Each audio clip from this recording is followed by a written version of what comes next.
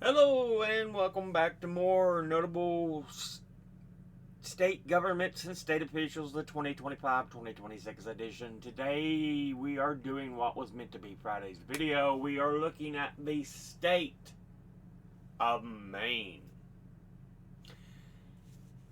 Up in the far northeast corner of the nation.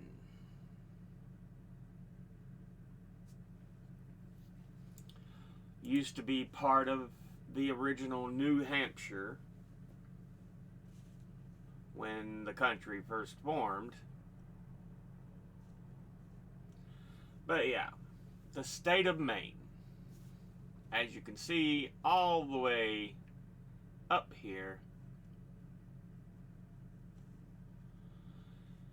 it is nicknamed the Pine Tree State. And capital city is Augusta, while its largest city is Portland, Maine. So yeah, a little background on the state. Let's look at, New England region of the U.S. and the northeasternmost state in the contiguous U.S. Basically, don't count Alaska or Hawaii. It borders New Hampshire to the west, the Gulf of Maine to the southeast, the Canadian provinces of New Brunswick and Quebec to the northeast and northwest, and shares a maritime border with Nova Scotia. The only state to border one other state, which is New Hampshire. The Maine is the largest state in New England by total area, almost as large as the combined area of the remaining 5 states. So yeah, if you're not familiar, New England that they're talking about, the New England area, is these collection of tiny little states right here off the coast of New York. You've got Rhode Island, Connecticut, Massachusetts, Vermont, New Hampshire, and then Maine. Yeah, huge. This whole area right here, Vermont, New Hampshire, Maine, used to be all New Hampshire when the country was young. So,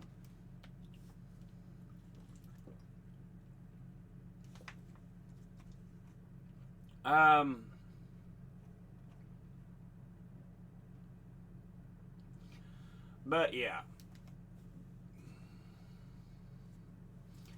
Of the 50 U.S. states, it is the 12th smallest by size and 9th least populous.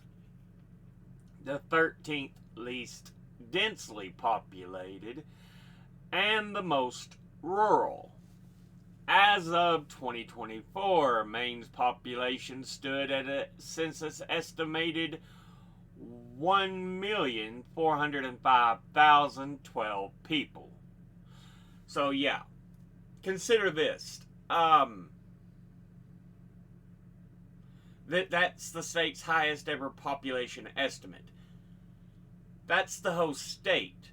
There are cities in the world, cities in the U.S., that have more population than the state of Maine.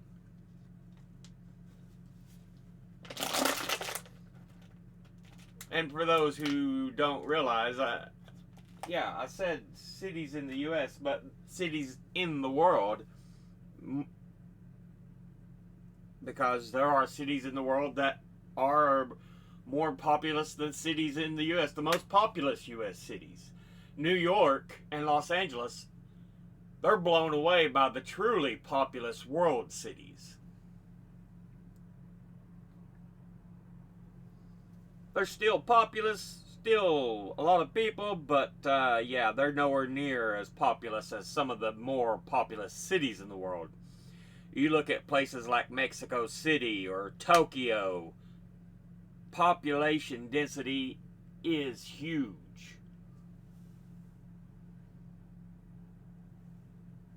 But anyway, we're talking about Maine. With that good overview of looking at the state, let's look at its history with constitutions. The Constitution of Maine established the state of Maine in 1920 and is a fundamental governing document for the state and consists of its preamble and 10 articles / divisions, the first of which is a Declaration of Rights. The preamble of Maine's Constitution spells it out. Objects of government. We are the people of Maine. In order to establish justice, ensure tranquility, provide for our mutual defense, promote our common welfare, and secure to ourselves and our posterity the blessings of liberty, acknowledging with grateful hearts the goodness of the sovereign ruler of the universe in affording us an opportunity so favorable to the design, and imploring God's aid and direction in its accomplishment, do agree to form ourselves into a free and independent state by the style and title of the state of Maine, and do ordain and establish the following constitution for the government of the same. So yeah, approved by the U.S. Congress March 4th, 1820, as part of the Missouri Compromise. See, they were like, we don't want the spread of slavery above this line, below this line. So what the agreement was, we'll make another northern state out of states that already exist. So New Hampshire, hey, here we'll make this Maine. So Maine's constitution did not recognize slavery as a right, as a freedom that many in the South recognized. The state was previously the District of Maine in the Commonwealth of Massachusetts.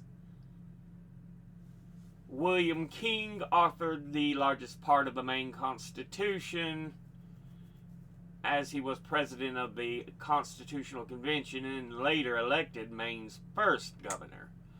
Other authors of Maine's Constitution was none other than the writer of the Declaration of Independence for the United States, Thomas Jefferson. This was after he was out of office as President 3, but yeah.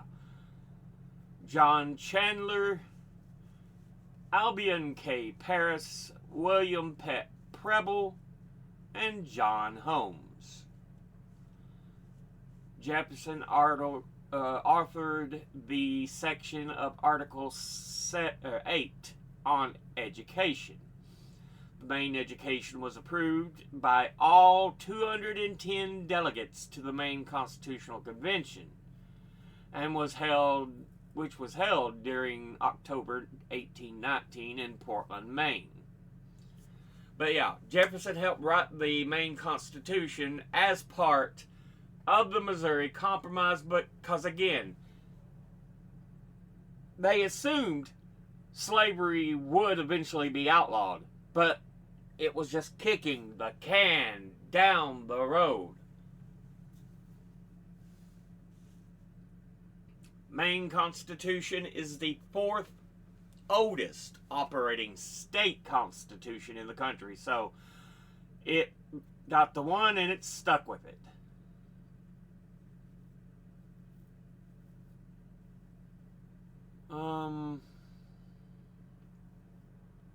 Your Declaration of Rights in Article 1 electors or voters in Article 2. Distribution of powers, executive, legislative, judicial, as we are common to do, being as it's done nationally, and then all the states we've looked at thus far have been those three divisions. No person may assume a position in two of the branches at the same time. Article 4, House of Representatives, Senate, and legislative power. Article... it's talking about Article 4 a lot. Blah, blah, blah. Article 5, executive power, secretary, treasurer. Article 6, judicial power, the courts. Article 7, state military, the Maine National Guard, Adjutant General. Article 8, the one Jefferson himself wrote the most on, education and municipal home rule, saying the legislature shall require towns to support public schools since a general diffusion of the advantages of education being essential to the preservation of the rights and liberties of the people. And you notice how education, public education especially, has been fucking attacked by Republicans and Trumpists. They don't like people being educated, because they know it's hard to take away freedoms and liberties if they know their rights. Also, authority is granted to pledge the credit of the state and to issue bonds for loans to Maine students in higher education and their parents. Municipalities are granted the power to amend their charters and to issue bonds for industrial purposes. Article 9, general provisions, and Article 10, additional provisions.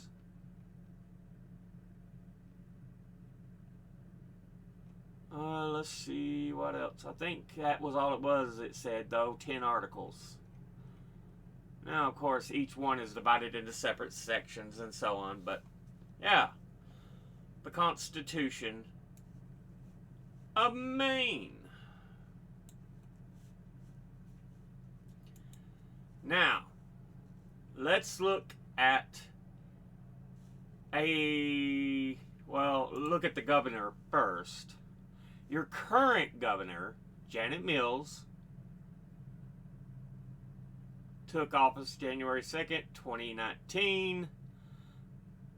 The governor is allowed to serve a 4-year term and can be reelected to a second straight 4-year term, but they can only serve 2 consecutively.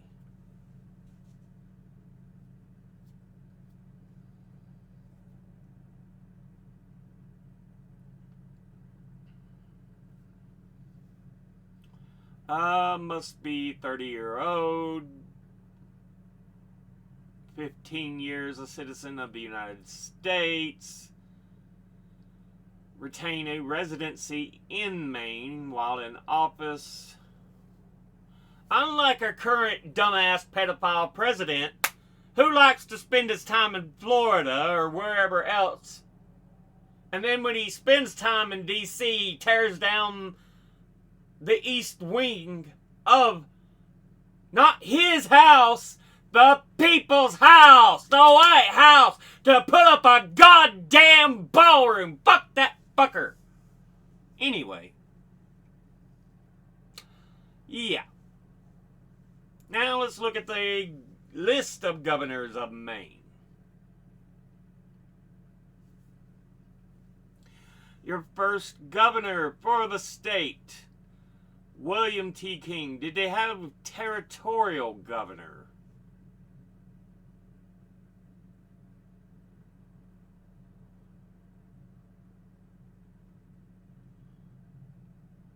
I don't see any mention of a territorial governor or anything like that. Okay, so yeah, as we've already talked about, what William King helped write the Maine Constitution.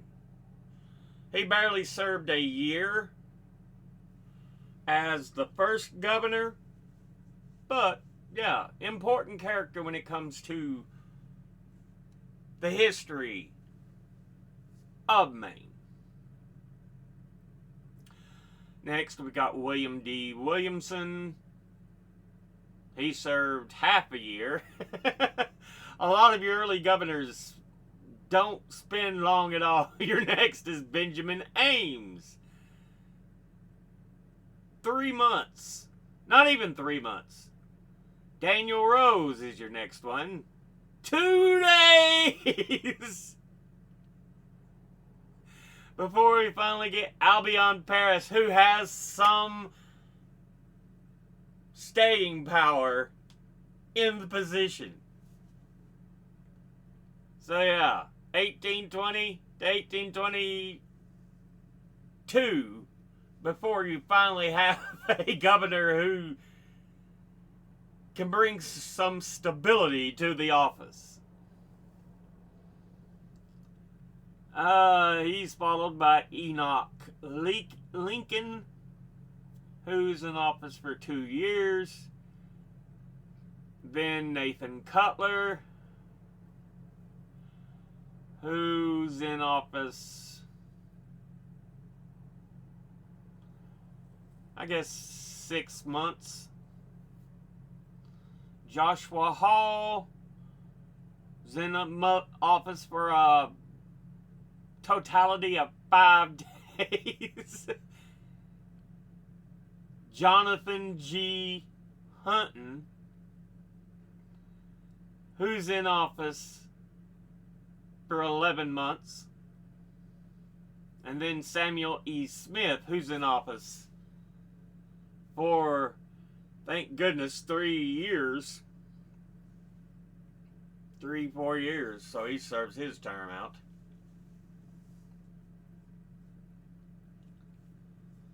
A lot of short terms in the early days of Maine.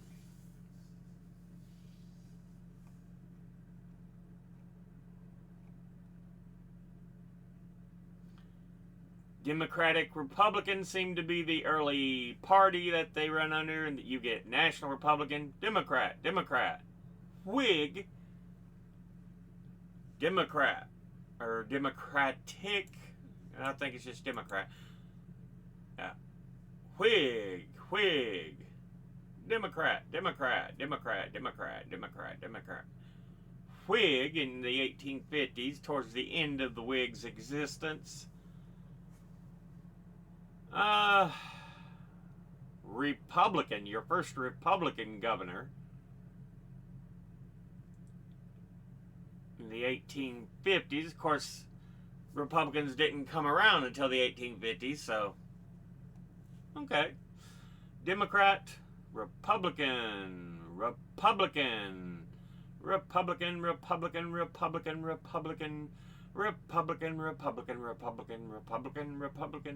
Democrat, Republican, Greenback Democrat, when there was the push against the idea of the dollar, or was it the wanting of the dollar? I can't remember.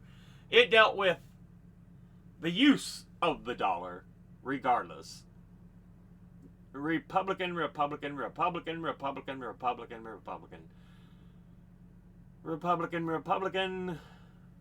through the Teddy Roosevelt era. Democrat, Republican, Democrat,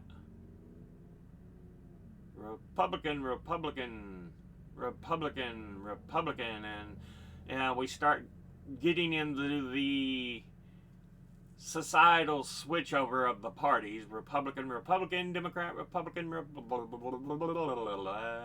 there's an independent, James B. Longley. How about that? Another independent, future senator, Angus King.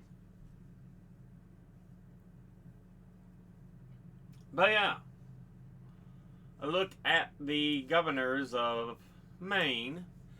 Now, with that said, let's look at their elected state officials.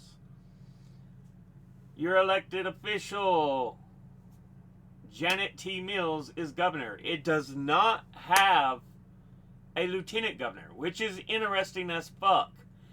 I don't think we've run across a state yet without a lieutenant governor, so Maine's one of those rare exceptions.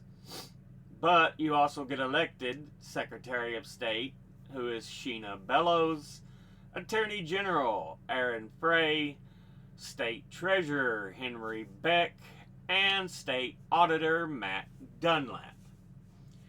Now let's look at the cabinet for your Governor Janet Mills. Your cabinet members: the acting commissioner for the Department of Energy Resources, Dan Burgess; Department of Agriculture, Conservation, and Forestry, Amanda Bill; Department of Inland Fisheries and Wildlife, Judith Camuso;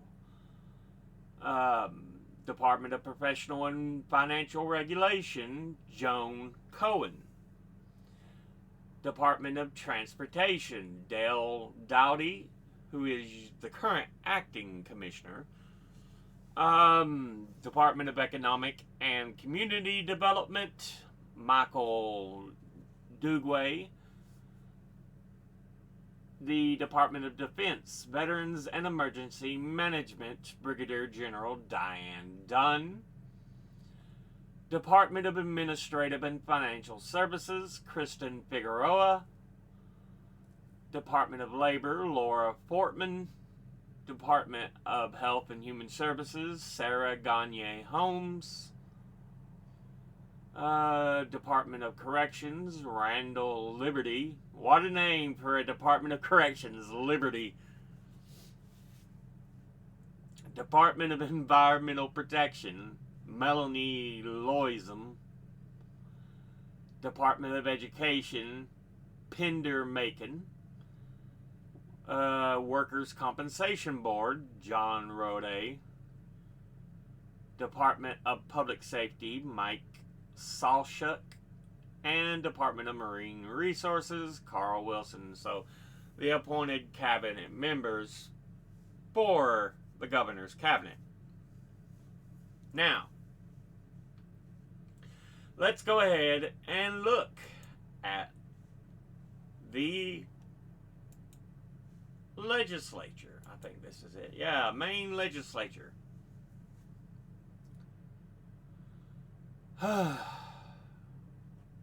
We are, of course, I would assume they would be headquartered in Augusta.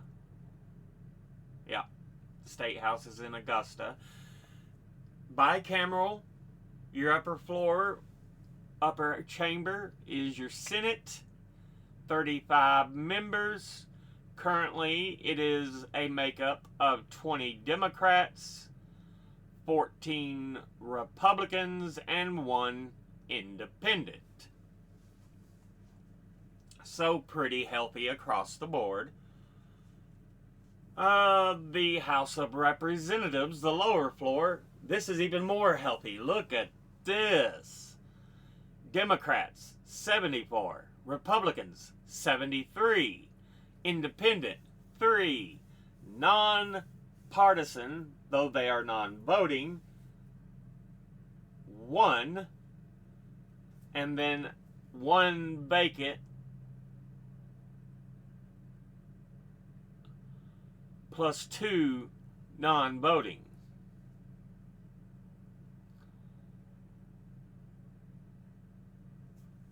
So, interesting.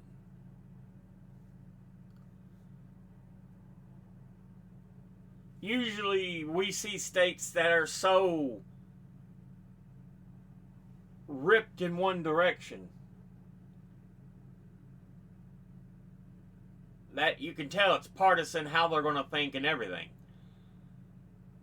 Maine's House is almost divided down the middle.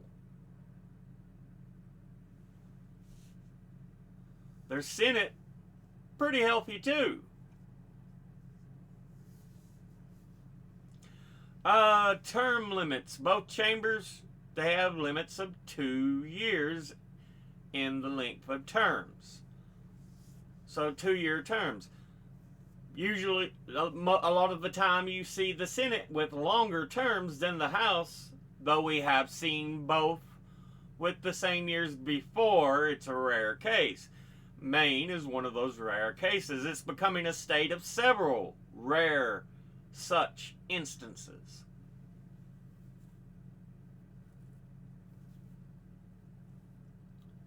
So, yeah. Your current heads in leadership. Your Senate President, Maddie Daltrey, and your House Speaker, Ryan Bechtel. But yeah, that's a look at Maine's legislature. Finally, let's take a look at the courts. You have, it looks like, mainly 4 court divisions. Of course, a Supreme Court, then a Superior Court, then district courts, of which there are 13 districts they are split among, and then Maine problem-solving courts seem to be on the same level as the district courts. Let's take a look at the Superior Court. Trial Court of General Jurisdiction in the Maine state court system. All state jury trials are held in the Superior Court. And it is located in, there is a court located in each of Maine's 16 counties, with 2 locations in Aroostook County. There are 8 official region or judicial regions. It has 18 justices who all have statewide jurisdiction and travel to the different courthouses to hold court, with a number of active retired judges as well. The justices are nominated by the governor and confirmed by the Maine Senate and appointed to 7-year terms.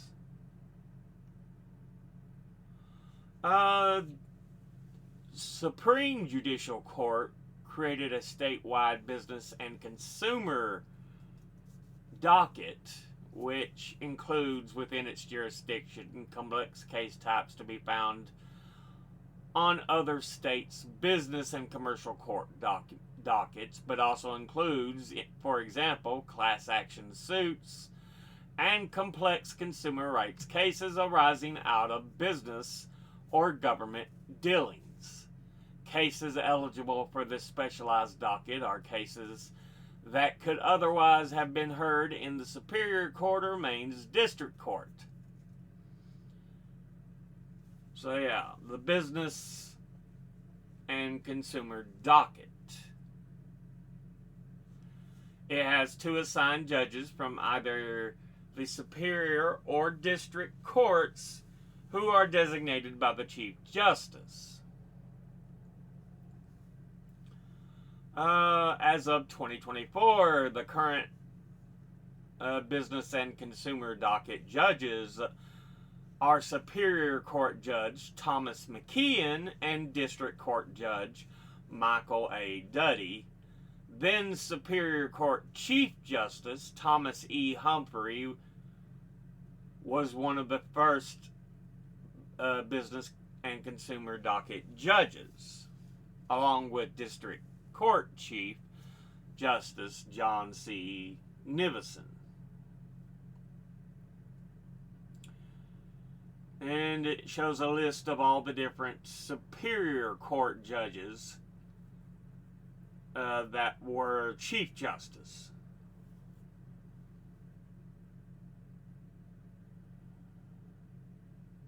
Your current Superior Court Justice is Robert Mullen. Roland A. Coe's been the Chief Justice twice, 95 and 2015. Trying to see if there's any other names that have done that. But I think it's just Coe. Anyway, your current justices for the Superior Court, remember there are 18 that go out to different spots. The counties they're from, their residents. Bangor, Maine's another well-known city.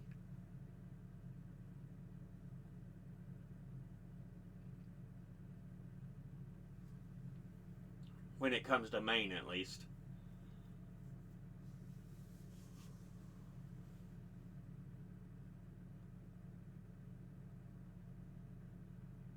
But yeah, we see some of the same names that were in the Chief Justice list. I think Thomas McKeon was a former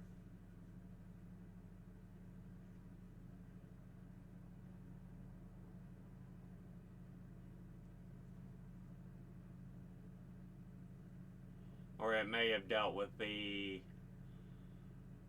there. He's the current Superior Court Justice on the business and consumer docket. And then Mullen was your current Chief Justice for Superior Court.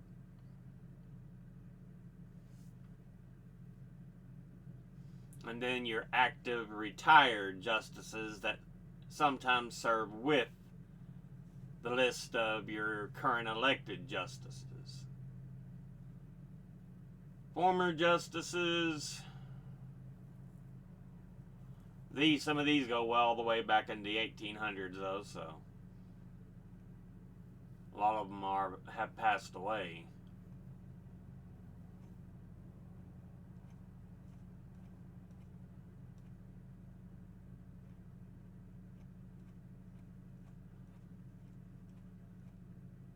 So, yeah, the Superior Court of Maine. Now, let's go ahead and finally look at the Supreme Court. I don't have a thing for the district courts, but anyway. Blah, blah, blah. Why. There you go. Supreme Court of Maine. So apparently close to Portland, even though the capital's in Augusta. Interesting.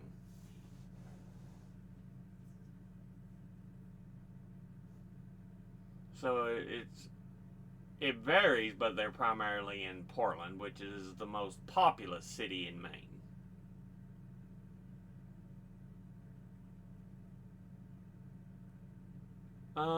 Supreme Court, 7 justices appointed by the governor and confirmed by the Senate.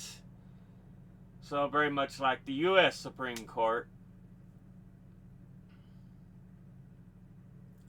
Between 1820 and 1839, they served lifetime appointments with a mandatory retirement age of 70, but starting in 1839, they are appointed for 7-year terms with no limit on the number of terms.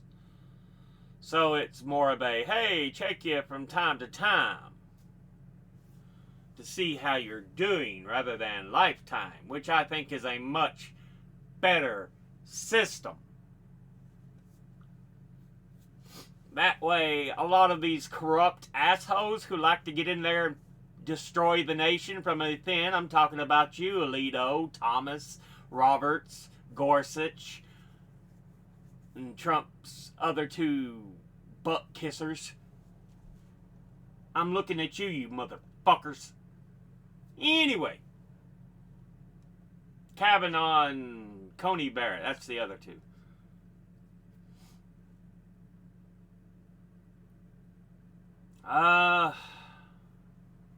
Known as the law court when sitting as an appellate court, the Supreme Court's other functions include hearing appeals of sentences longer than 1 year of incarceration, overseeing admission to the bar and conduct of the members, and promulgating rules for all the state's courts.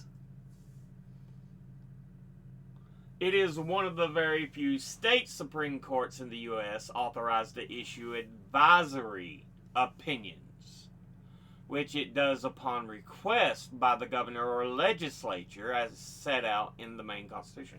So they can take a look at something and say, give their advice on how they see it. That's fucking great. Why is Maine so fucking goddamn sensible? So far, what I've seen, so much sensibility in Maine. So much. Your current justices: Chief Justice Valerie Stanfill, with the associate justices being Andrew Mead, Andrew Horton, Catherine Connors, Rick E. Lawrence, Wayne R. Douglas, and Julia M. Lopez. And then there are 2 active retired judges who they can call on. Jeffrey Helm and Thomas E. Humphrey. So yeah. But that's a look at the state and officials, the government and officials for the state of Maine. We'll go ahead and end the episode here. If I can get the cursor to work. As always, educate thyself, think, read, study, learn. Someone tells you something you have trouble believing, ask them to cite their sources. I'll be putting my links and sources in the description box below the video. As always, educate thyself, think, read, study, learn. Someone tells you something you have... Anyway, thank you all for watching. I don't know my own ending. I'll see you all in the next one. Until then, later.